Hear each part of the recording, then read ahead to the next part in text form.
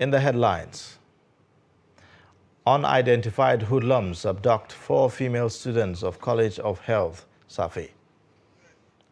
Northern elders ask Buhari to resign over failure to address issues of killings, kidnappings, and general insecurity in the country. Electricity cable spark causes pandemonium, traffic gridlock in Lagos. And away from Nigeria, Moscow says thousands of Ukrainian soldiers surrender in Mariupol. Hello and welcome to Trust News Updates. I am Ayuba Ilya. Thank you for joining.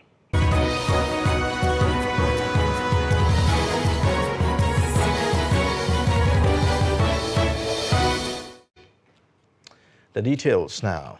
Unidentified hoodlums have fled with some female students of College of Health Technology, Safi. The incident was said to have occurred early Wednesday morning when the hoodlums stormed the female dormitory with sophisticated weapons.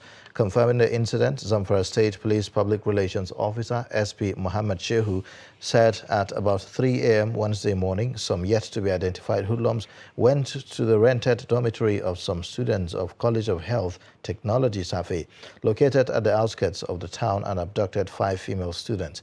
Police and other security operatives rushed to the scene, but unfortunately the hoodlums have fled with the victims. One of the students has escaped, leaving the other 4. Police, in collaboration with the security operatives, are currently on extensive research and rescue operations aimed at rescuing the victims unhurt. It, however, reported that the suspected terrorist had already made contact with the families of the abducted victims, demanding for ransom. Kaduna Police Command, in collaboration with the Nigerian Army and Navy, foiled an attack on Akwando village in Kachia local government area of Kaduna State. Spokesperson of Kaduna Police Command, ASP Muhammad Jalige, in a statement, said the operatives Monday acted on information that some scrupulous elements with sophisticated weapons suspected to be bandits had invaded Akwando village in Kachia local government area to foment their usual carnage. Jalige said on getting the information, the combined team of the operatives immediately moved to the location to prevent the criminals from carrying out their nefarious mission. He said the security agencies repelled them and succeeded in neutralizing one bandit and recovered from him an AK-47 rifle loaded with 17 rounds of live ammunition, while the remaining bandits fled with bullet wounds. The House of Representatives yesterday urged the Chief of Defense Staff, General Lucky Irabor, to begin a joint security operation in communities bordering Taraba and Plateau State. This followed the adoption of a motion by a member from Taraba State, Abdusalam Mubarak, on the urgent need to flush out bandits in the area.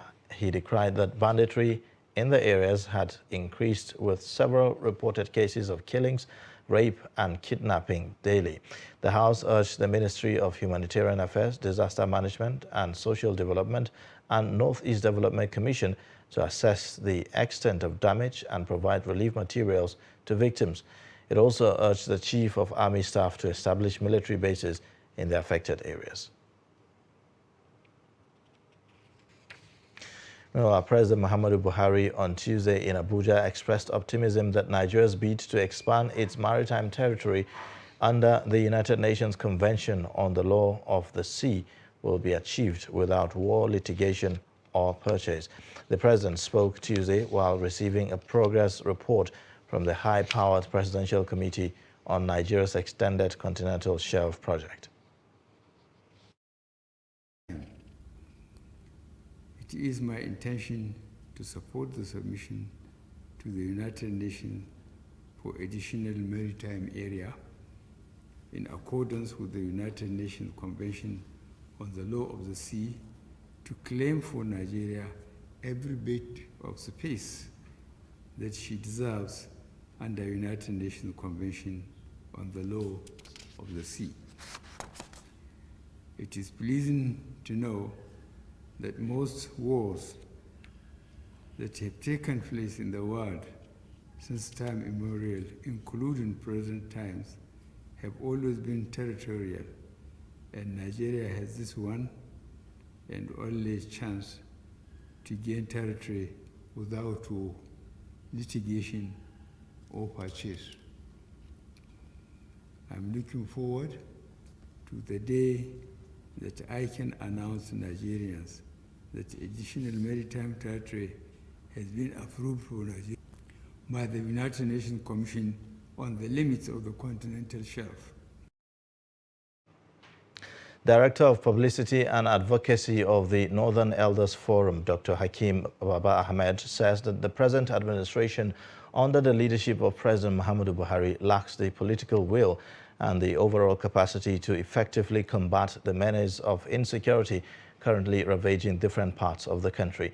Speaking exclusively to Trust TV, Baba Ahmed says that recent call by the Northern Elders Forum for the president to resign is born out of the need to see positive steps being taken to tackle insecurity, as according to him, the president is either unable or unwilling to do anything differently in the current fight, adding that one of the main responsibilities of the government is to secure lives and property of its citizens, which this present administration has failed to do. No, it is not. There is a whole year he has to continue to be president of the country. A year can make a difference, a huge difference. If we saw evidence that he intends to do something with the year that he has, we wouldn't say what we're saying.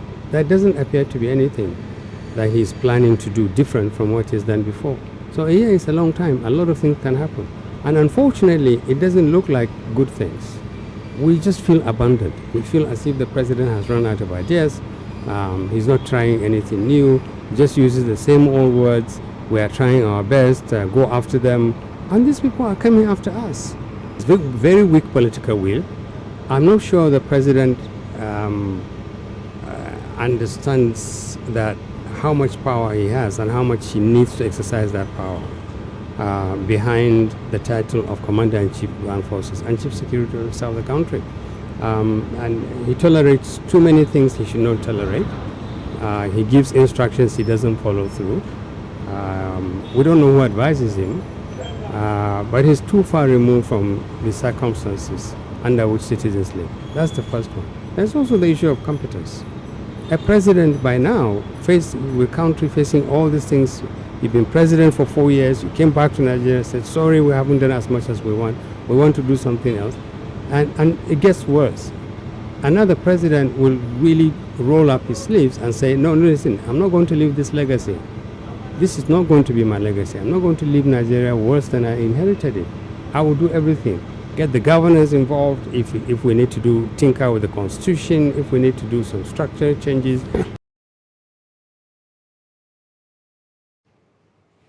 Various crises in Nigeria are said to have displaced 3.3 million Nigerians from their homes. The Vice President ECOWAS Commission, Finda Koroma, made the assertion during a stakeholders workshop on the best practices for stabilization in West Africa. Fatima Kare. The ECOWAS Commission, in partnership with development organizations and governments, has embarked on a journey of introducing interventions designed to stabilize conflict-affected areas in West Africa. The Commission will also address the root causes of insecurity and set them on path for sustainable development through recovery and building community resilience.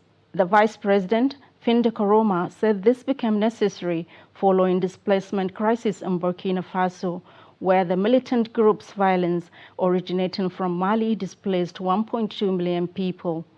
And in Nigeria, Africa's most populous nation, violent attacks by Boko Haram in the northeastern Nigeria have resulted in the displacement of 2.5 million Nigerians, while kidnappings, extortion, and organized criminal attacks in the northwest Nigeria have displaced an additional 800,000 people. Finda Koroma said ECOWAS, in partnership with the German government, has established ECOWAS Fund for regional stabilization and development in fragile member states to stabilize conflict-affected communities through provision of sustainable economic opportunities and essential services for conflict-affected communities and construction or rehabilitation of key national infrastructure. In Abuja, Fatima Sanusi, RI, Trust TV News.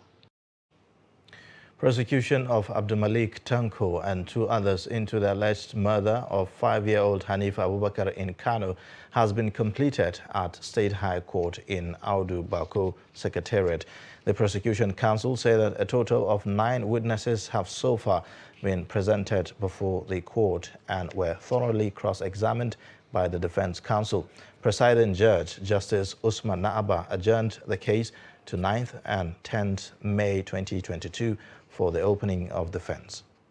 Fight on the last adjourned date was cross-examined today, and then we also brought in our last witness who also testified and was cross-examined, and then the matter has been adjourned to the 9th day of May, 9th and 10th day of May. They brought the 2 witnesses, the PW 7 and 8, and that led to deliberations as regards the tendering of a document which, for obvious reasons, once the court rules on that, you respect it. And we allowed it to go naturally. But we told them, apart from this bus stop, we'll meet somewhere. That's why we're taking the case very serious. You have to prove your case beyond reasonable doubt. That's why we're taking all this steps, because if we just take it for fun of it, then it will be as if we're acting drama.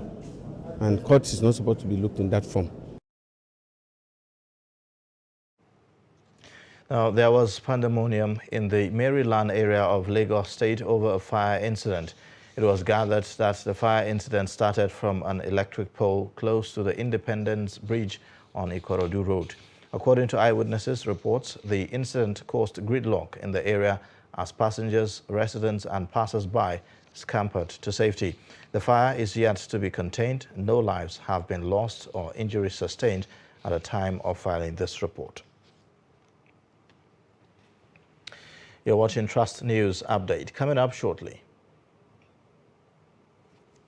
Concern over locally made juice. Details and more after the break. Please stay.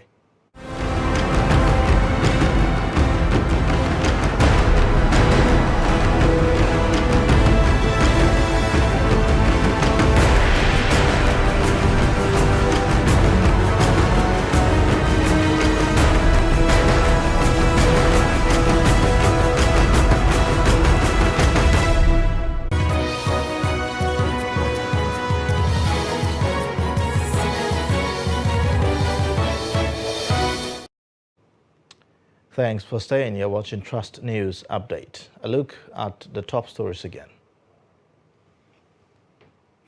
Unidentified hoodlums abducted 4 female students of College of Health, Safi, in Zamfara State. Plus, Northern elders ask Buhari to resign over failure to address issues of killings, kidnappings, and general insecurity in the country. Elsewhere, the Vice President, Professor Yemi Osinbajo, has solicited the support of the senators of the All Progressives Congress for his presidential bid. He made the request on Tuesday when he hosted the lawmakers to an iftar dinner at the Agudu House within the presidential villa in Abuja, the nation's capital. The Senate president, who led the lawmakers to the villa, briefed State House correspondents after the dinner, saying that the conversation with the vice president was cordial and that he, however, gave no word on whether the APC senators will give Osinbajo the support he requested. Tell us that he has expressed his interest and that he wants to consult with the caucus, the Senate APC caucus. He wanted us to hear from his mouth, and that we did.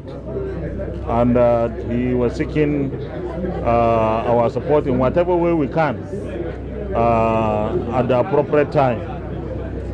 And we wish the Vice President, His Excellency, good luck in this endeavor.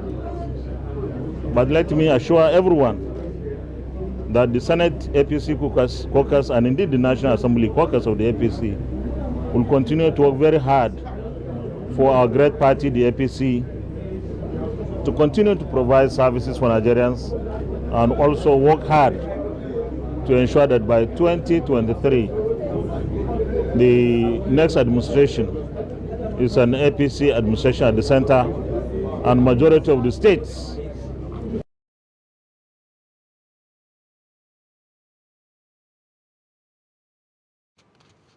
The zoning and consensus arrangement in selecting candidates to fly the flag of political parties has been described as one of the transparent ways of choosing representatives without rancor.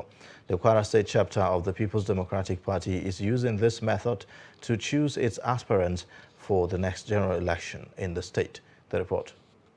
As the deadline set for the submission of names of candidates by political parties draws nearer, the Kwara State chapter of the People's Democratic Party has resolved to use zoning and consensus to choose those who will fly the flag of the party in the next election. The state chairman of the party believes zoning the governorship tickets to Kwara North is in the best interest of the party and justice for the zone. Our party, People's Democratic Party, Kwara State chapter, unanimously agreed to zone the gubernatorial ticket to Kwara North Central District. By the time we are taking that decision, the entire members and critical stakeholders of the party from Kwara South Central District, Kwara Central District, and Kwara North Central District were deeply involved.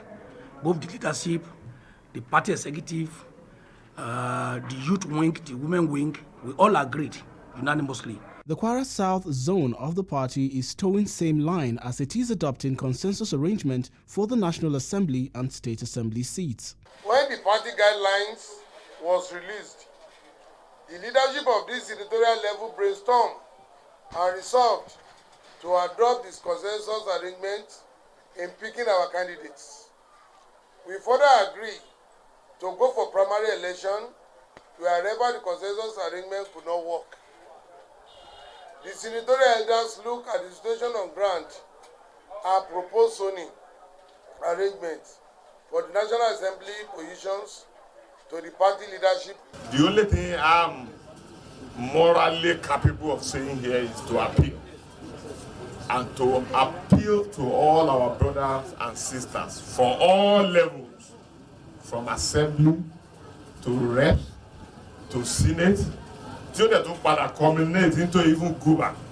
Those aggrieved by the decision of the party are being called upon to put the interest of the party first, since according to the party, no imposition took place, adding that collective interest was taken into consideration before arriving at the decision.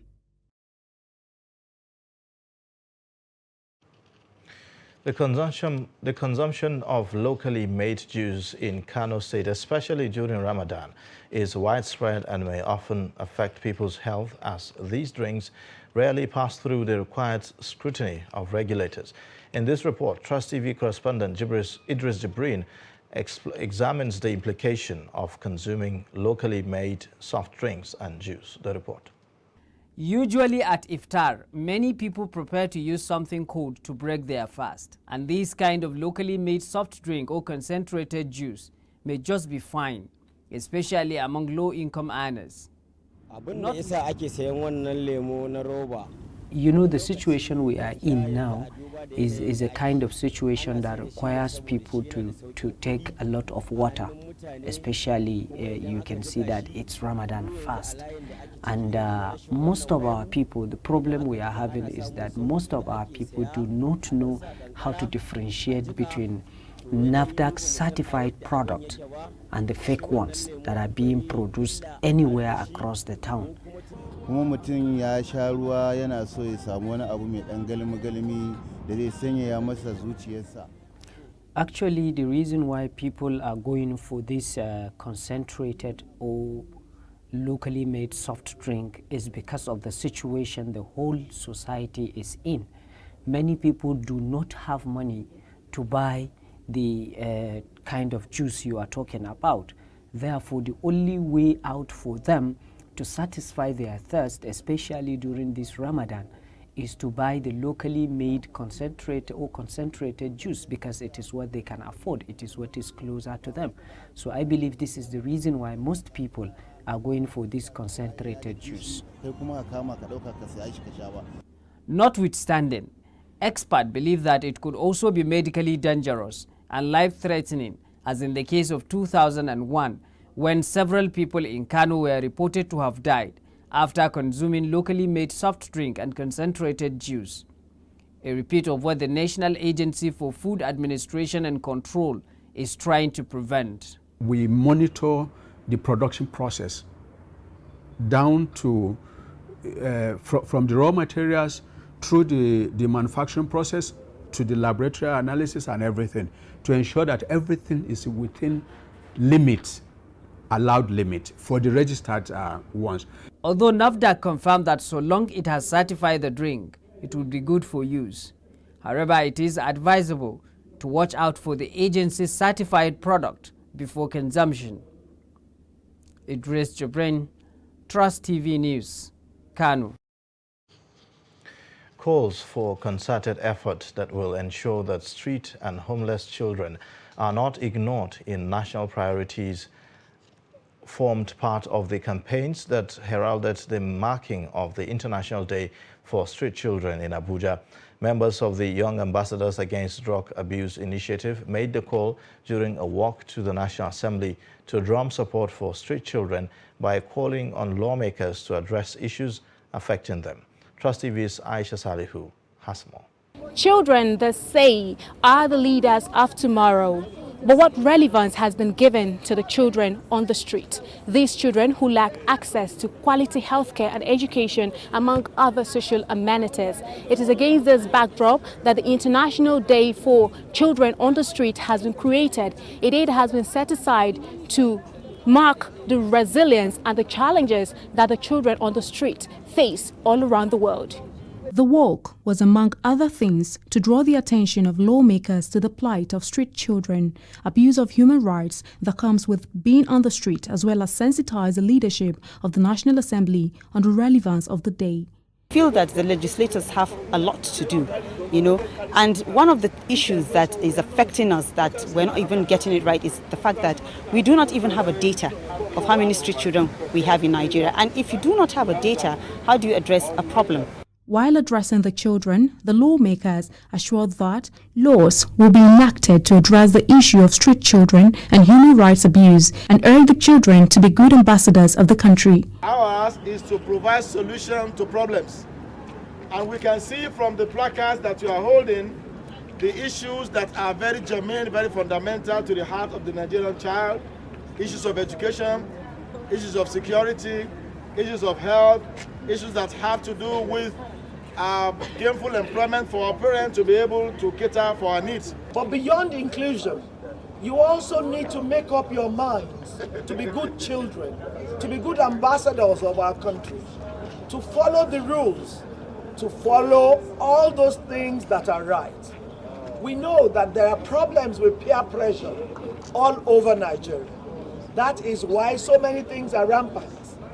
Rape, murder, kidnapping, all sorts, and now ritual murders. Children present equally noted that the experiences of street children could make or break their personalities, which will ultimately affect the society as a whole. Lawmakers at the National Assembly here in the Federal Capital Territory and other relevant stakeholders are promising social inclusion to these street children, among other demands that they are asking for. And they also say that there would be elimination and total eradication of the street children in the country. Aisha Salihu, Trust TV News, Abuja.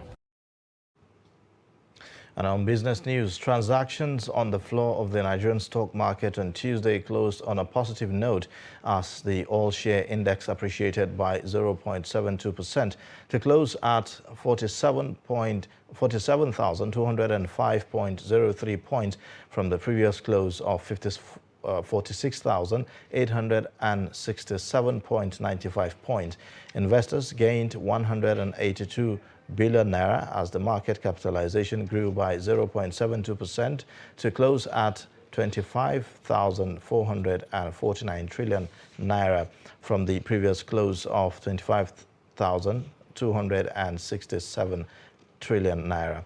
The market breadth closed positive as 30 equities appreciated in their share prices against 17 equities that declined in their share prices.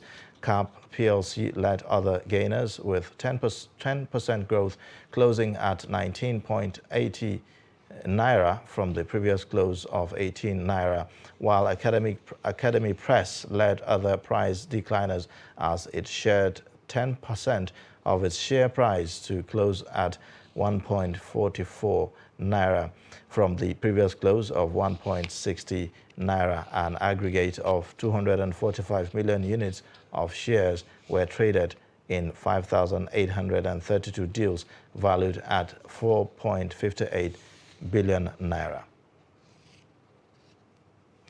Now, away from Nigeria, Russia's defense ministry said Wednesday that more than 1,000 Ukrainian soldiers have surrendered in Mariupol, a strategic port city in eastern Ukraine that has been besieged by Moscow's troops for over a month. According to a statement, the ministry said among the troops are 162 officers and 47 are women, adding that more than 100 were wounded. Russia is believed to be trying to connect occupied Crimea and Moscow-backed separatist territories, Donetsk and Luhansk, in Donbass, and has led siege to Mariupol at the start of its military operation. Meanwhile, U.S. President Joe Biden has accused Vladimir Putin's forces of committing genocide in Ukraine, where Russia is intensifying its campaign to take the strategic port city of Mariupol. Biden's accusation comes as Moscow, already accused by the West of widespread atrocities against civilians, is feared to be readying a massive onslaught across Ukraine's east that Washington warned might involve chemical weapons. And in sports news, San Francisco Giants' Alsa Nakin has become the first woman to coach an on-field in a regular season Major League Baseball game.